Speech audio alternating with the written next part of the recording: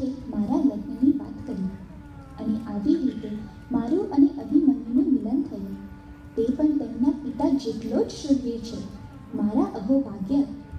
વાહ ઉત્તરા, ખરેખર તમારી જોડી શોભશે. અને મેં સાંભળ્યું શ્રી કૃષ્ણ પણ તારા પ્રસંગમાં આવવાના છે.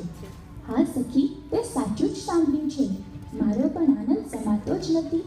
સ્વયં ભગવાન શ્રી કૃષ્ણના આશીર્વાદથી આ પ્રસંગ થવાનો છે.